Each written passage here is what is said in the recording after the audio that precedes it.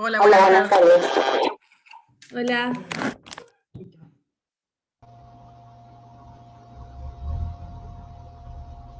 Hola. Muy buenas Buenas tardes. tardes. Hola, buenas tardes. Bueno, en unos minutitos vamos a empezar. Les pedimos que por favor desactiven los micrófonos, así no se escuchan los ruiditos y podemos disfrutar de la charla, ¿sí? En 5 Hola. minutitos empezamos. Hola, ¿qué tal?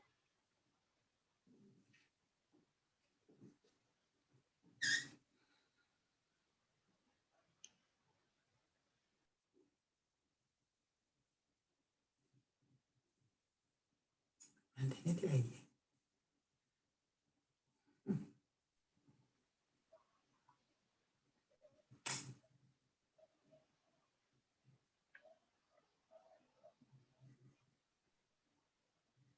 Bueno, buenas tardes a todos. Les damos la bienvenida a nuestra primera de las charlas de esta Semana del Cerebro que organiza SEA. Bueno, les contamos que acá tenemos una visita muy importante, y por qué no decir quién nos está ayudando acá en la organización, que es Camila de Caseros, Karen de Berazategui, ¿sí? De Instituto Neone, y Fabio, el coordinador de SEA, ¿sí? Así que tenemos un súper honor, y ahora vamos a presentar a nuestra invitada.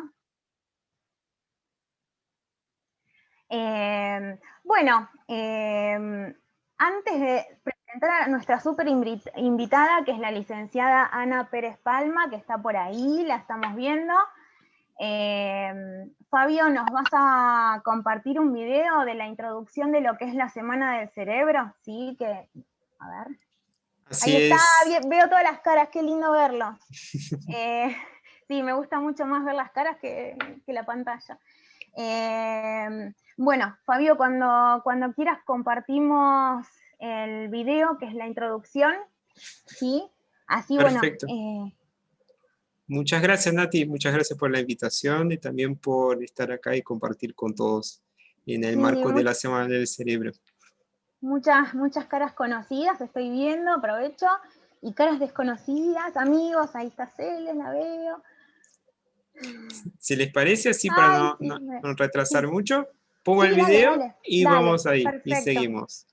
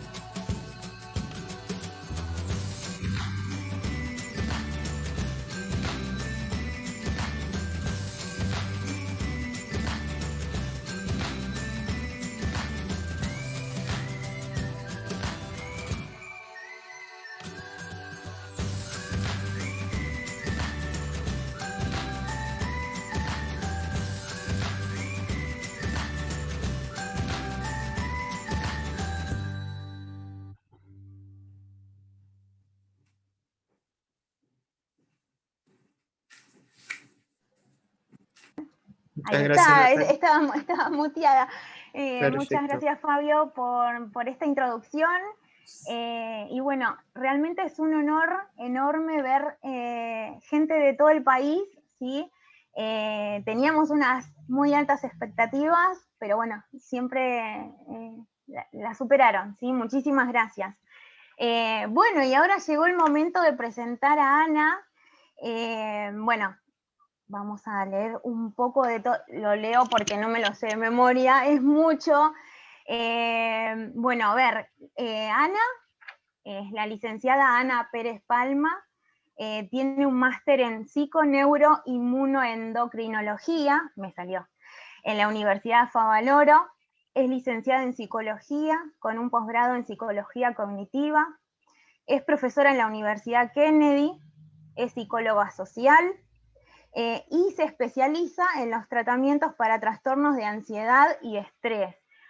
Ana, ayúdame porque sé que me falta muchísimo más, y bueno, y ya que está, te paso la posta. Bueno, un gusto estar acá, un gusto la invitación, pero no voy a hablar de mí porque es muy aburrido. Los que tengan ganas de saber más de mí, ingresen a mi página y ahí pueden fijarse todas las cosas que he hecho. Cuando uno lleva muchos años de práctica, bueno, va acumulando experiencias y va acumulando títulos también cuando le gusta, como a mí, indagar. Soy muy fan de mi profesión, así que son simplemente recorridos que uno va haciendo a lo largo de la vida. Y la experiencia clínica, que es sumamente importante porque la experiencia que hacemos nosotros los psicólogos tiene que ver con el aprendizaje que también tenemos por el lado de nuestros pacientes, ¿no? Los que nos consultan. Bueno, así que les agradezco la invitación y cuando ustedes quieran nos metemos en el tema. Perfecto. Antes que nada, Ana, lo que yo quiero decirles es que si en el transcurso de la charla van teniendo preguntas, ¿sí? Vamos a destinar los últimos 5 o 10 minutitos para que Ana les pueda responder esas preguntas. Nos la pueden hacer vía chat, ¿sí? Y bueno, las vamos a ir juntando y después las vamos a ir leyendo, ¿sí? Bueno, perfecto. Así ya puedes empezar cuando quieras, Ana. Bueno, me parece perfecto que en todo caso se anoten si tienen alguna consulta sobre lo que vamos a ir hablando y que sobre el final, bien, les pueda contestar algunas dudas. Bueno, la charla tiene que ver con cómo influyen las emociones en nuestras decisiones, y me pareció particularmente importante en la Semana del Cerebro, porque de pronto cuando nosotros hablamos de cerebro siempre hablamos de prácticamente nuestra corteza prefrontal, ¿no? Todo lo que podemos razonar, todo lo que podemos pensar, es como de alguna manera identificamos el cerebro en general, y no es así. El cerebro también guarda emociones. Las emociones son neurofisiológicas, así que son parte de nuestro cerebro también. Bien, ¿y cómo influyen en nuestras decisiones? Empecemos por definir muy brevemente, aunque todos seguramente tienen una idea de lo que son las emociones, y uno las usa, ¿no es cierto?, frecuentemente en el hablar cotidiano. Pero las emociones las podemos definir como señales, como señales que nos impulsan a la acción, nos llevan en una dirección y están presentes en nuestras decisiones. Las decisiones las tenemos todos los días, desde las cosas más insignificantes a las más trascendentes. Cuando pensamos en una decisión, pensamos en si quiero vender una casa, en si me voy a casar o a terminar una relación. Y nos parece que esa es una decisión, pero en realidad las decisiones se cuelan en todo lo que hacemos, porque todo el tiempo estamos impulsados a movernos hacia algo y elegir. Un filósofo argentino, Vicente Fatone, decía que los hombres o el hombre está condenado a elegir. Y es una condena porque cada vez que elegimos desechamos otra cosa. Bien, o sea que estas señales son las que nos informan, las que nos van dando elementos acerca de las situaciones que vivimos, si son de satisfacción o de insatisfacción. De esta manera se transforman en una guía para nuestro comportamiento. O sea, al ir marcándonos o al ir señalándonos, se transforman en una suerte de guía. Es fascinante el estudio de la emoción humana porque cubre muchos aspectos. Como le decía, cubre el aspecto biológico, o sea, las emociones están localizadas en nuestro cuerpo, en el cerebro. Después, en todo caso, vamos a nombrar dónde. Además, ¿no es cierto?, comprende los procesos cognitivos, o sea, las emociones nos llevan a pensar, las sentimos y nos llevan a pensar cosas, y también en los procesos sociales, en todas las interacciones, porque las interacciones no son solamente con las personas, las interacciones son con todo aquello que nosotros hacemos, o sea, nuestras actividades, nuestro estudio, también son interacciones que nosotros tenemos con el medio. En los últimos tiempos, sobre todo la psicología y la neurología, se detuvieron especialmente a estudiar las emociones. ¿Y por qué pasó esto? Porque durante mucho tiempo la racionalidad, la razón, estuvo como muy sobrevalorada. A ver, es común, ¿no es cierto?, escuchar decir que los seres humanos, las personas, somos los animales superiores, porque somos los que pensamos, somos los que podemos hacer o generar un mundo en el cual vamos avanzando. La prueba está, por ejemplo, ¿no es cierto?, el desarrollo tecnológico. Sin embargo, ese rasgo tan distintivo del ser humano, a partir de los estudios que se fueron haciendo, se fueron descubriendo que las emociones tienen un mayor grado de presencia en todo lo que, en todas las interacciones que tenemos con el ambiente. No existen dudas, por supuesto, de que las emociones nos ayudan para la sobrevivencia y en la adaptación. Para la sobrevivencia, ¿cómo? Si nosotros cruzamos una calle con luz verde y viene un auto a toda velocidad, sentimos miedo. Y el miedo es el que nos impulsa o el que nos preserva. Si no lo sintiéramos, bueno, el resultado sería... Por otro lado, nos sirve también para la adaptación, porque en la interacción social podemos entender a los otros a partir de la emoción que podemos sentir en un determinado momento en conjunto. Por ejemplo, si hay una fiesta, todos nos divertimos y compartimos esa emoción.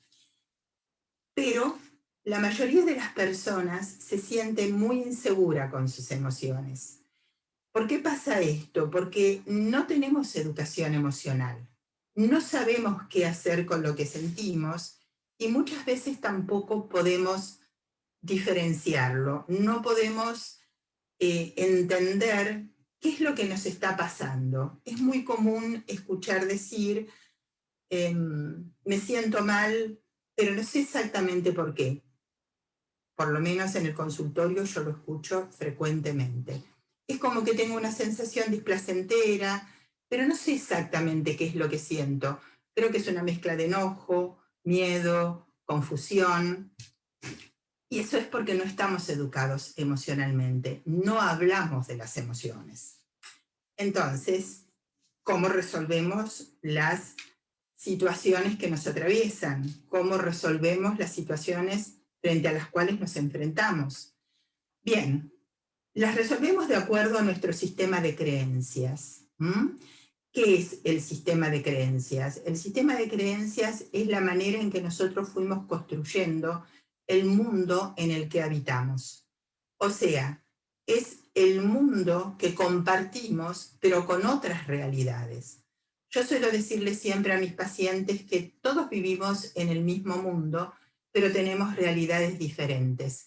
Y a veces es muy difícil entender otras realidades. De ahí surgen muchos de los conflictos interpersonales o interrelacionales, ¿no es cierto? Porque son la lente con la que miramos el mundo. Y yo tengo una lente, pero mi pareja, mi hijo, mi amigo, mi vecino tiene otro par de lentes, con el cual ve una realidad quizá muy diferente a la que yo estoy viendo. Esta construcción digamos, este paradigma personal que tiene que ver con nuestro sistema de creencias. No sé si voy muy rápido. Este paradigma personal se fue construyendo a lo largo del tiempo. ¿Y cómo se fue construyendo? A partir de las experiencias que fuimos vivenciando en el transcurso de nuestra vida. Cada experiencia, cada situación nueva es una situación de aprendizaje. Y esa situación de aprendizaje va acompañado de una emoción. Si en algún momento de la vida yo soy rechazado por alguien que me gusta o por alguien que quiero, voy a incorporar y voy a sentir una emoción de tristeza, de fracaso, y eso me va a hacer, quizá yo me diga a mí mismo, y voy a ser más cauto la próxima vez, o más cauta. Y en realidad lo que estoy sintiendo es miedo. Miedo de volver a querer, porque voy a tener miedo de ser nuevamente herido. Y acá empieza un circuito que sí son algunos conceptos que me gustaría que de pronto quedaran, ¿no es cierto?, fijados, que es que esos miedos nos van haciendo de afrontar situaciones con la posibilidad de resolverlas de una manera diferente. Lo que hace nuestro cerebro y nuestras reacciones emocionales nos llevan, como dijimos, son señales que nos mueven, entonces nos llevan a conductas que repetimos.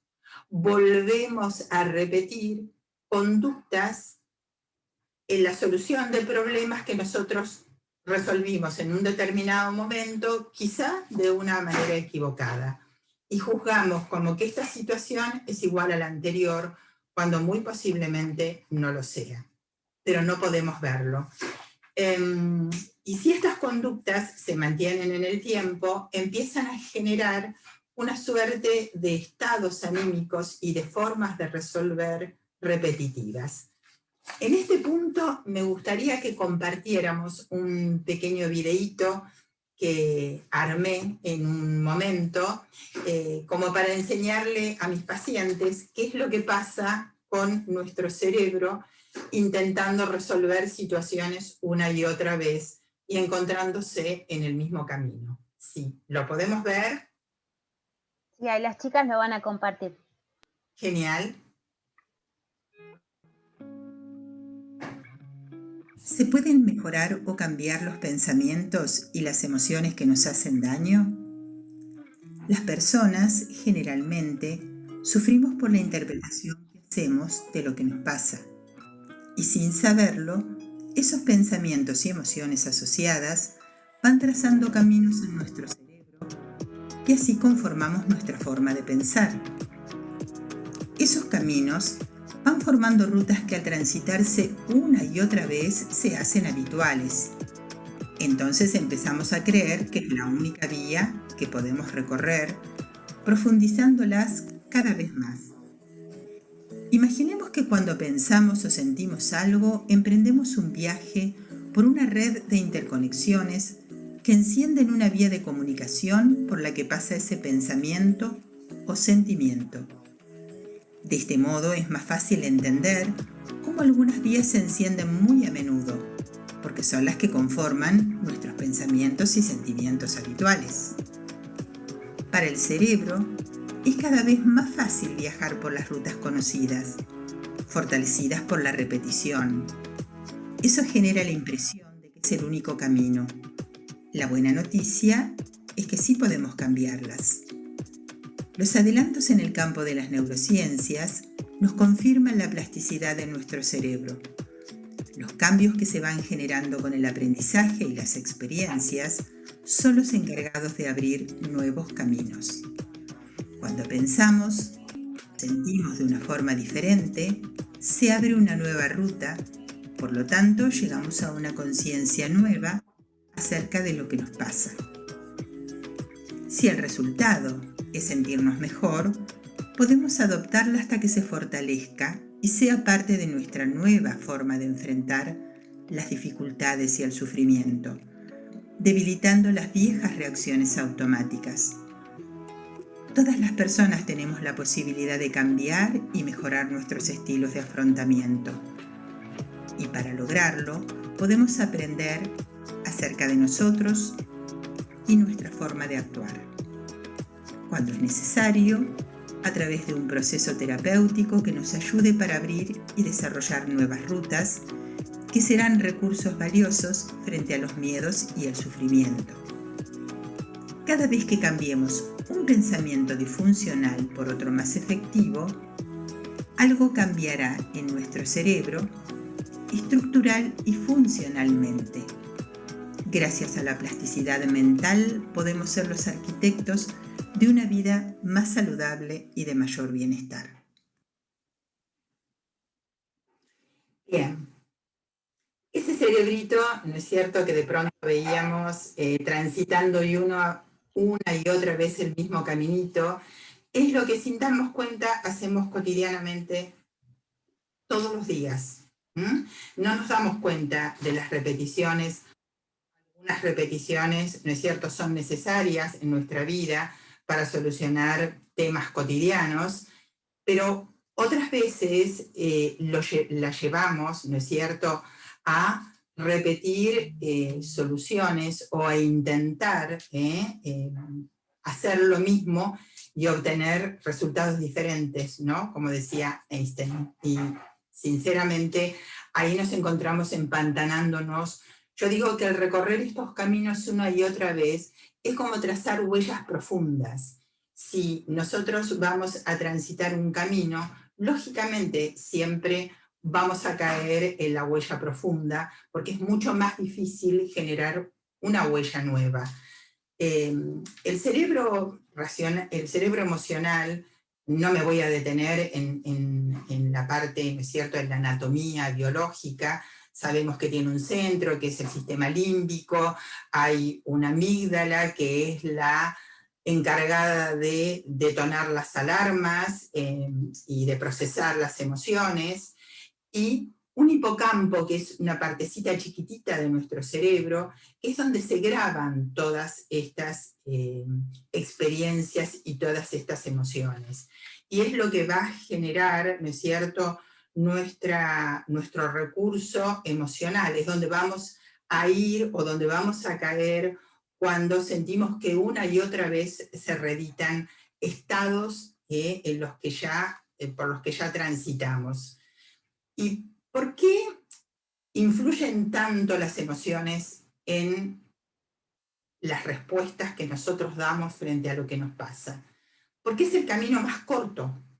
El cerebro emocional tiene el camino más cortito, es el que mueve a la acción, como dije, por eso al comienzo de la charla dije que eran como señales que nos impulsan, nos mueven a la acción. Entonces son mucho más rápidas al acceso de nuestro campo de conciencia que la reflexión, que nos tenemos que detener más, tenemos que tener más, tenemos que acudir, ¿no es cierto?, a bucear en nuestra memoria, tenemos que tratar de ver de qué otra manera, tenemos que acudir a la imaginación para ver de qué otra manera podríamos hacer para solucionar algo que nos preocupa o nos molesta, y el cerebro es bastante perezoso. Rápidamente trata de solucionar el problema por la vía más rápida, porque además nos inunda. Se apagó una luz, no se preocupen, me ven un poco más oscura, pero me ven igual. Bien. Por eso es que nuestro cerebro emocional está diseñado para la supervivencia y para la adaptación, por esa rapidez pero esa rapidez también tiene un costo, que es toda la activación que tenemos en nuestro cuerpo. Cuando sentimos una emoción, la sentimos en todo nuestro cuerpo. Por ejemplo, una de las emociones con la que yo más suelo trabajar con mis pacientes, que es el miedo. Porque el miedo sostenido en el tiempo genera trastornos de ansiedad. Pero la emoción que subyace a esos problemas de ansiedad es el miedo. Y la activación corporal tiene un correlato neurofisiológico, la ansiedad, muy importante. Taquicardia, ¿no es cierto? Los pacientes sienten como que el corazón se sale del pecho, sudoración, o sea, hay todo un correlato fisiológico que acompaña a esa emoción que nos embarga en ese momento. Ahora, ¿qué pasa con esto? Pasa que esa respuesta activada una y otra vez en nuestro sistema nos va a provocar estrés. Y el estrés sostenido en el tiempo se cronifica. Entonces, fíjense en la incidencia que tienen las emociones en la ecuación salud-enfermedad. Porque si nosotros sostenemos esto, como dije recién, en el tiempo, esa activación neurofisiológica está compuesta por un eje hipotálamo, hipoficiario, adrenal, y ustedes lo van a reconocer más rápidamente cuando el médico les dice, uy, tenés cortisol alto, ¿eh? El cortisol alto es un síntoma de estrés, ¿no? Y esto pasa cuando una y otra vez nosotros entramos en situaciones de miedo. Y no es solamente el miedo real al cual me referí en un comienzo, que tiene que ver con cruzar una calle con la luz adecuada y de que venga un auto a toda velocidad, sino tiene que ver con el miedo fantasiado, con lo que muchas veces nosotros, esa imaginación que nos ha servido para hacer un mundo tecnológicamente muy importante y muy desarrollado, sigue funcionando como en la época de las cavernas, en cuanto a la activación fisiológica y en cuanto a la respuesta que nosotros vamos a dar. Y ahí tenemos, ¿no es cierto?, que esta situación sostenida en el tiempo nos enferma. Y voy a quizá a detenerme en hablar de algo que es muy actual, que es nuestra pandemia. La pandemia es como el ejemplo, ¿no es cierto?, de un estímulo inédito, de un estímulo inesperado. En el 2019 todos celebrábamos el fin de año y nadie se imaginaba que íbamos a tener un 2020 sumergidos, encerrados en nuestras casas, con una realidad incierta, que es lo peor que nos puede pasar, que no nos digan qué es lo que va a pasar, porque el cerebro racional trata de ser predecible, trata de pensar que a fin de año voy a reunirme con mi familia, o me voy a ir de vacaciones a la montaña, y cuando pensamos esas situaciones y cuando tomamos esas decisiones, creemos que eso va a suceder. Tenemos la convicción de que va a suceder. Es una verdad absolutamente falsa, porque no sabemos lo que va a pasar mañana, pero las personas necesitamos vivir en la previsibilidad, necesitamos saber qué es lo que nos va a pasar. Nos domina la necesidad de saber qué es lo que va a pasar. Cuando perdemos esa certeza, quedamos a la deriva. Y ahí también se intensifican emociones que nos confunden. Yo recuerdo que al principio de la pandemia, o sea, al principio del 2020, ¿no es cierto?, todo el mundo tuvo la intención de el autocuidado, el distanciamiento físico, cumplir e ingresar nuevos protocolos, nuevas rutinas en nuestras familias y en nuestras casas, y estábamos movidos por la esperanza, ¿no es cierto?, por una maravillosa emoción que era, bueno, pronto vamos a salir de esto, todo esto va a ser para mejor, vamos a ser mejores personas. De hecho, acá pasa algo muy curioso, porque por un lado teníamos el distanciamiento físico, el distanciamiento, ¿no?, pero por otro lado teníamos que pasar muchos 24/7 con nuestra familia. O sea, muchos pacientes en muchas oportunidades me decían, no, qué vida esta, qué tremendo, yo quiero estar más con mi esposo o con mi esposa, o con mis hijos, no los veo nunca, los veo a la noche, qué vida de locos que tenemos. Bueno, de pronto nos encerraron a todos y dijeron, ¿querías más tiempo? Bueno, acá lo tenés, ahora podés estar todo el tiempo con tu familia. Al poco tiempo, ¿qué es lo que me decían esas mismas personas? Por favor, no, ábranme la puerta que quiero salir. Bien, así de emocionales somos las personas, pero obviamente me fui a dos extremos. Lo fantástico sería poder decidir cuánto tiempo le voy a dedicar a mis obligaciones y cuánto tiempo le voy a dedicar a mi familia o a mi placer personal. Ahora, yo les pregunto a ustedes, ¿muchos se hacen esa pregunta y pueden repartir equitativamente el tiempo que tienen? Siento que escucho muchos nos. ¿Eh? Entre los cuales me anoto, porque a mí también me pasa que de pronto digo, no, me voy a tomar más tiempo para esto, me voy a tomar más tiempo para hacer actividad física, me voy a tomar más tiempo para tomar té con mis amigas. No, después vuelvo a caer en las mismas rutinas. Entonces, estas decisiones que muchas veces las mueve una emoción de querer mejorar, de querer, se vienen abajo por rutinas muy esclavizantes, se vienen abajo por creencias de que tengo que ser exitoso y tengo que aprovechar el tiempo en ganar más dinero, se vienen abajo por situaciones como miedo de cambiar, y ahí empezamos a ver cómo las decisiones se cuelan en todas estas situaciones que nos toca vivir. Yo me pregunto ahora, ¿cuántas decisiones, ¿no es cierto?, se tomaron y cómo nos fueron impactando en nuestra vida? Si uno se pone a rebobinar, ¿no es cierto?, empieza a darse cuenta de cómo una decisión cambió el rumbo o el camino que estábamos llevando. Muchas veces los pacientes también me dicen, creo que tomé decisiones equivocadas. Probablemente no lo vamos a saber nunca porque el otro camino no se tomó. Lo que sí es importante pensar en base a qué se tomaron esas decisiones. Eso sí que es importante pensarlo, es decir, en base a qué yo tomé esta decisión, en base a qué seguí este camino, en base a qué hice la elección.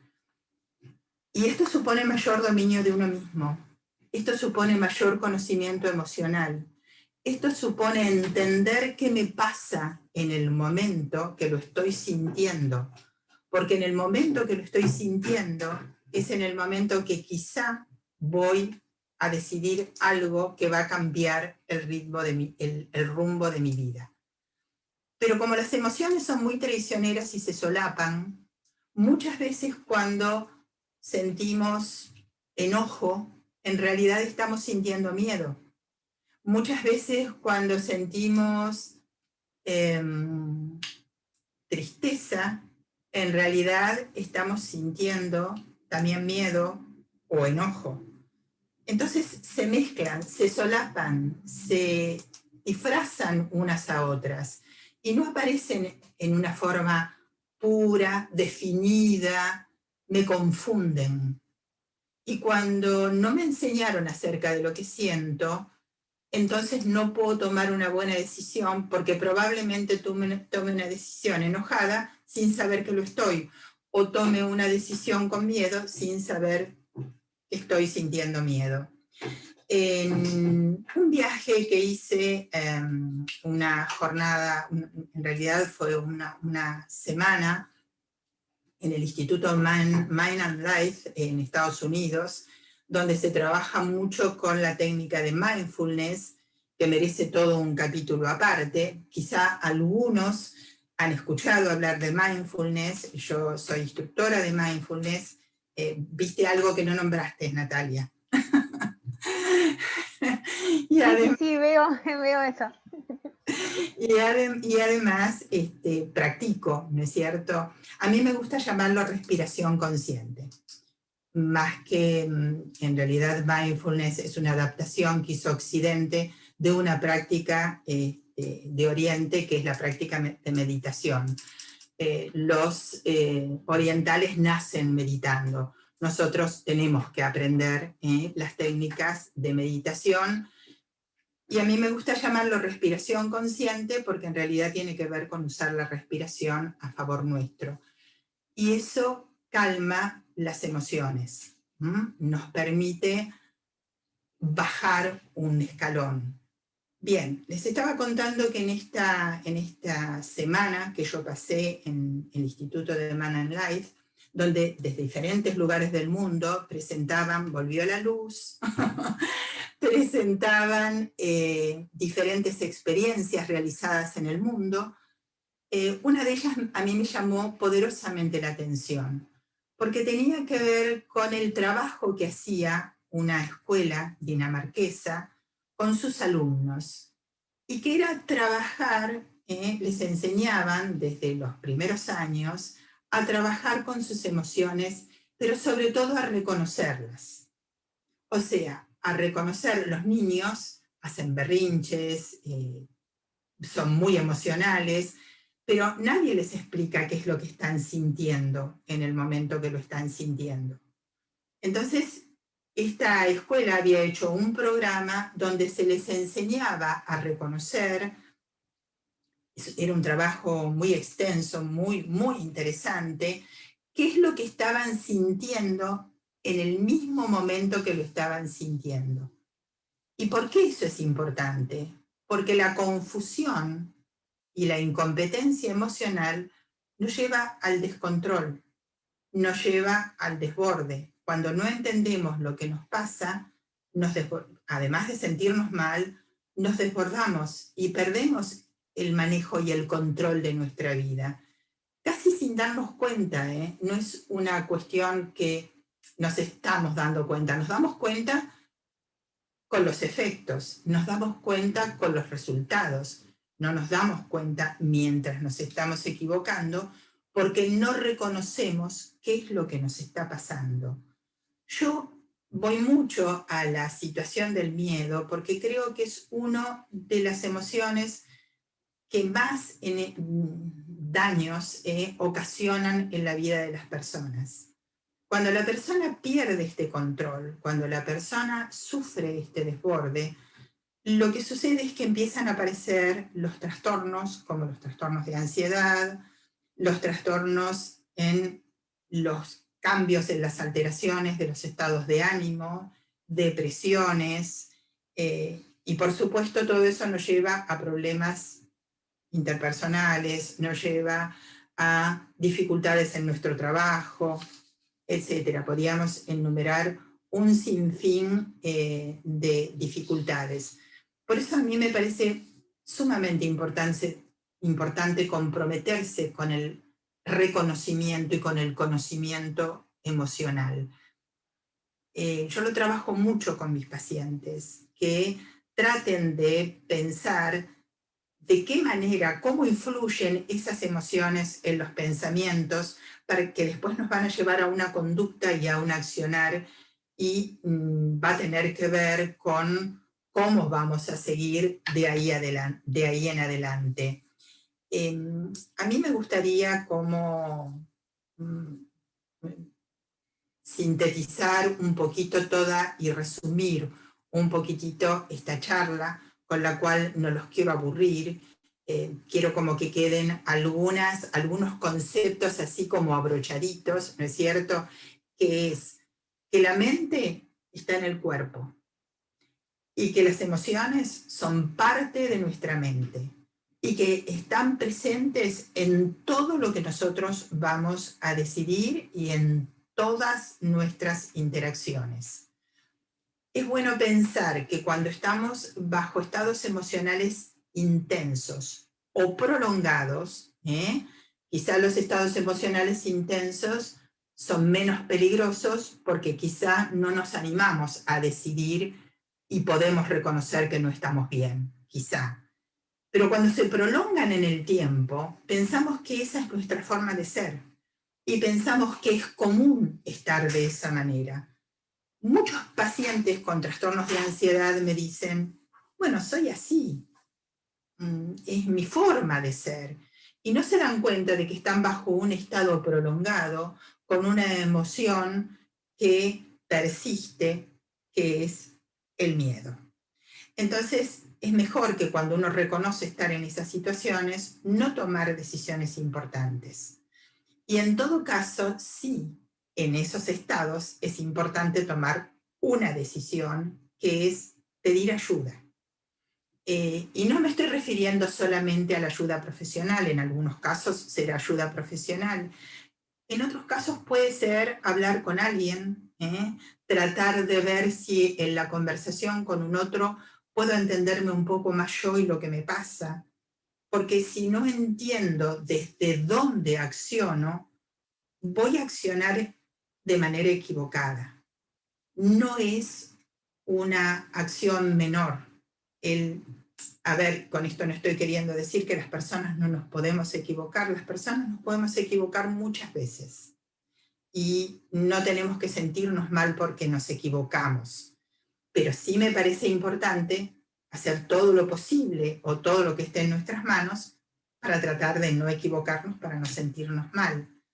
Por eso, quizá como resumen final, me gustaría que piensen, ¿no es cierto?, sobre todo en esta situación tan particular que estamos viviendo, si sienten que están faltos de entusiasmo o que frente a estímulos que antes les generaban alegría no lo tienen, si aparecen sentimientos de desesperanza o de confusión, relacionándolos con la pandemia, por ejemplo, bueno, todo sigue igual, esto no va a terminar nunca, los contagios cada vez son mayores, aparece otra variante.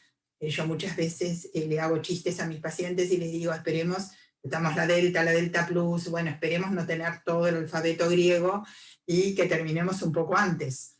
El desconocimiento de la emoción, el no saber lo que a uno le pasa, ¿no es cierto? Cuando las personas dicen todo va a seguir igual, ya nada tiene sentido, cuando se pierde el sentido, se pierde la posibilidad de tomar una buena decisión. Bien, creo que esto. Muchísimas gracias. A ver, tengo una pregunta y tengo a Elvira que levantó la mano, está desde el principio, no sé si la levantó sin querer. Ahí tengo más preguntas. A ver, tengo una que dice, ¿de qué forma podríamos, a ver, espera, Sí. ¿De qué forma podríamos orientar a nuestros hijos en su educación emocional? Excelente, muy linda pregunta, muy linda, porque ya la preocupación habla, ¿no es cierto?, de dar cabida a esas emociones que tienen los chicos y que muchas veces las expresan de maneras que a los adultos nos resultan insoportables. Un chico que está enfurruñado, enojado o que está de mal humor no es una compañía agradable. Y en esta pandemia particularmente, que los chicos han visto tan alterada su rutina, la continuidad de su rutina, ha pasado mucho. De hecho, se está viendo ya chicos con depresión. Hay para dar un tip así bien concreto, hay una actividad que se realiza con los chicos que la hace la escuela Montessori, que es muy linda, que es poner en un frasco agua y purpurina. Entonces se le explica que el agua es el medio, es él, es su cuerpito, y la purpurina son las emociones. Y que cuando él se siente mal, él, ella, ¿no? Cuando se sienten mal, cuando se sienten tristes o cuando se sienten muy enojados, esa purpurina se agita. Y que lo que es bueno, y entonces ven el frasquito como toda la purpurina invade el frasco de colores, entonces es bueno sentarse con ellos y decirle, mira, vamos a tratar de calmarnos para entender qué es lo que nos pasa, porque si no nos calmamos no lo vamos a poder entender. Y entonces respiramos un ratito, tratamos de acompañarlos para que baje la intensidad de la emoción. Y ahí se le puede empezar, bueno, empezar a educar que las emociones irrumpen, que no son como los pensamientos que uno los puede manejar o los puede controlar. Las emociones no. Muchísimas gracias. Después tenemos Sería una muy pregunta. Una pregunta para hablar. de Claudia, ¿sí? Que dice, si hay alguna forma didáctica de autoindagarnos para reconocer nuestra emoción en un determinado momento. Y precisamente yo mencioné una que tiene que ver con la respiración consciente. Yo no sé si ustedes se dan cuenta del automatismo y la velocidad en la que vivimos. Yo no sé si se toma acabada conciencia de que vivimos a 1000 y de que no tenemos momentos para estar con nosotros. Nosotros terminamos siendo, ¿no es cierto?, terminamos habitando un cuerpo que corre por todos lados, en donde nos perdemos y muchas veces nos tenemos que encontrar cuando tenemos una dificultad y no sabemos qué hacer con eso que nos pasa. Sí que hay formas de estar, de ponerse en contacto y trabajar las emociones con uno mismo. Y esta situación de estar un momento, a veces en algún momento del día, un ratito en serenidad, parar, ¿no? Parar la máquina, como diríamos, y el automatismo en el que vivimos, y sentarnos un ratito a respirar. Y a ser conscientes de esa respiración, ver si estamos más agitados, ver si la respiración es entrecortada, ver si podemos inspirar profundamente y exhalar con lentitud hasta sacar todo el aire. Eso ya nos va a empezar a poner en contacto con nosotros. Cuando yo entrenaba grupos, todavía lo sigo haciendo ahora por la pandemia, ¿no? Pero en el entrenamiento de grupos de mindfulness, ¿es cierto?, aparecían cosas como, ay, bueno, pero no puedo parar la cabeza, bueno, pero me aparecen 20.000 cosas a la vez, o no puedo desconectarme, estoy mirando el reloj a ver si pasaron 5 minutos o cuánto hace que estoy.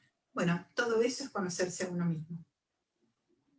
Muchísimas gracias por la respuesta. Tenemos varias preguntas que se parecen y se tratan sobre esto, de cómo podemos detectar si nuestros hijos están deprimidos o están transitando un nivel de ansiedad. Yo creo que también está relacionado con esto de la pandemia.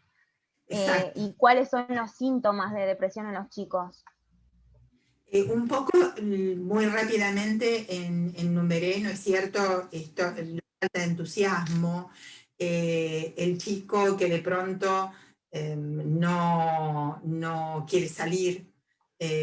Por eso es muy importante que tengan contacto con otros niños, aunque sea al aire libre, en una plaza, si no pueden.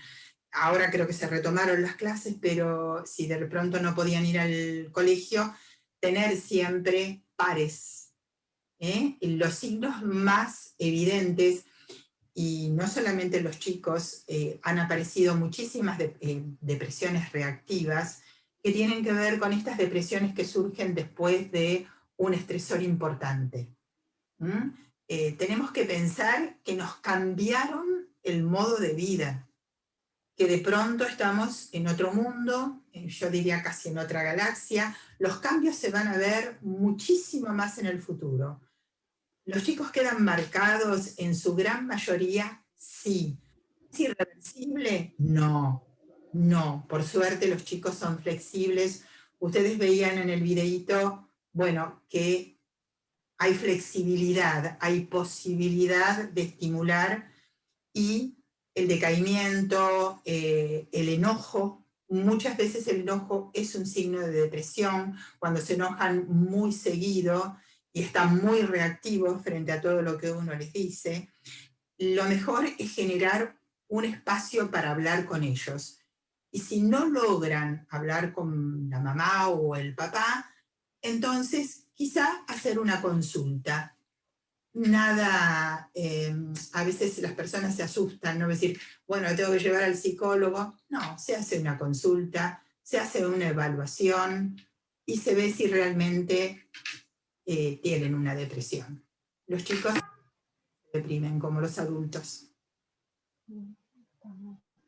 Y por último, no es una pregunta, sino algo que nos escribió Juan Rivera, que él dice algo que, bueno, yo apoyo también, yo personalmente, no porque, bueno, no lo conozco, pero dice, sinceramente la pandemia para mí fue de gran ayuda. No lo tomé de forma negativa, porque gracias a la misma encontré mi vocación y pude adentrarme en ella. A mí también me pasó, o sea, dentro de todas las emociones, particularmente nos pasó, bueno, a mí y a todo lo que es el instituto, que en pandemia pudimos encontrarnos, reencontrarnos, reinventarnos, y bueno, no todas las emociones son negativas, porque a veces pueden aflorar otro tipo de emociones. En lo absoluto, a ver, no quiero que quede esa imagen. En lo absoluto todas las emociones son negativas, pero si yo hubiera hablado de todas las emociones positivas, claro, todo lo lindo que pasa en la vida, decir, bueno, la gente que está escuchando y los problemas que yo tengo, ¿qué hago? Entonces, por supuesto que hay una gran cantidad de personas que han encontrado a través de la pandemia, y a veces no solamente por caminos, alegres o estimulantes. A veces también a través del dolor se tienen enseñanzas en la vida que ayudan y mejoran a las personas. Lo que sucede es que es importante, ¿no es cierto?, reconocer que, porque eso que ustedes hablan, que hablaste vos y que nombró Juan, ¿era? Sí. Bien, Juan Rivera. Exacto. Tiene que ver con lo que no todas las personas pueden desarrollar, que es espíritu de resiliencia. Frente a adversidades, hay personas que de esas adversidades sacan lo mejor de uno mismo. Hay otras personas que no pueden. Esto no implica nada, no implica ninguna categorización humana. Las personas, algunas pueden hacer ciertas cosas, otras no pueden hacerlo. Y la ayuda siempre tiene que ir hacia aquel que no puede lograrlo. Bueno, muchísimas gracias, Ana. Realmente fue muy enriquecedora esta charla. Espero que, bueno, les haya gustado mucho. Chicas, si quieren pueden compartir la última plaquita. Bueno, como para agradecerles que nos hayan acompañado hoy. Bueno, ya que está, les cuento que el sábado vamos a tener nuestra segunda charla, que la va a dar la licenciada Daniela Orozco, y es especialmente orientada hacia los padres, ¿sí? Y bueno, muchísimas gracias a todos por compartir con nosotros estos minutos. Y bueno, Ana, de nuevo, muchísimas gracias porque la verdad sos una genia. No, soy yo la agradecida a ustedes por la invitación, y bueno, y la agradecida a todos los que me estuvieron acompañando, que no los puedo ver. Estoy acostumbrada siempre a hablar con público adelante, así que les mando un beso grande a todos, y bueno, y espero que alguna reflexión les haya servido como para pensar un poquito en cómo seguir de acá en más. Gracias. Bien. Muchísimas gracias. Un beso. Un beso a todos. Hasta pronto. Hasta pronto. Gracias, Natalia, muy bueno. Ay, gracias. Gracias, Ana. Gracias, Claudia. Gracias, Sí, Nati. Ana. Muchas gracias. Muchas gracias, Nati. Gracias, Ana, también. Buenísimo. Ay. Sí, chochas, muy contentas de lo que Gracias. escuchamos y de lo que vimos. Excelente. A quedarnos cómo no. pensando ahora. Sí. Nos agradecemos. Gracias. Chao. Chao, chao. Chao.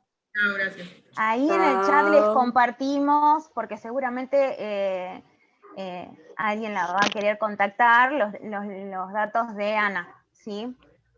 Ahí se los compartimos, y bueno, igualmente recuerden, yo les digo recuerden, que nosotros les vamos a mandar junto con el certificado de asistencia unos regalitos, ¿sí? Por mail. Muchas gracias, Ana. muy buena la charla. Bueno, muchas Sí. gracias a todos. Bueno, nos excelente. despedimos. Gracias, Que Nati. tengan una Adiós. linda noche. Hermoso. Chao, hasta Igualmente, luego. nos vemos. Nos Chao, vemos. Nati. Bueno, gracias. Chao, chicos.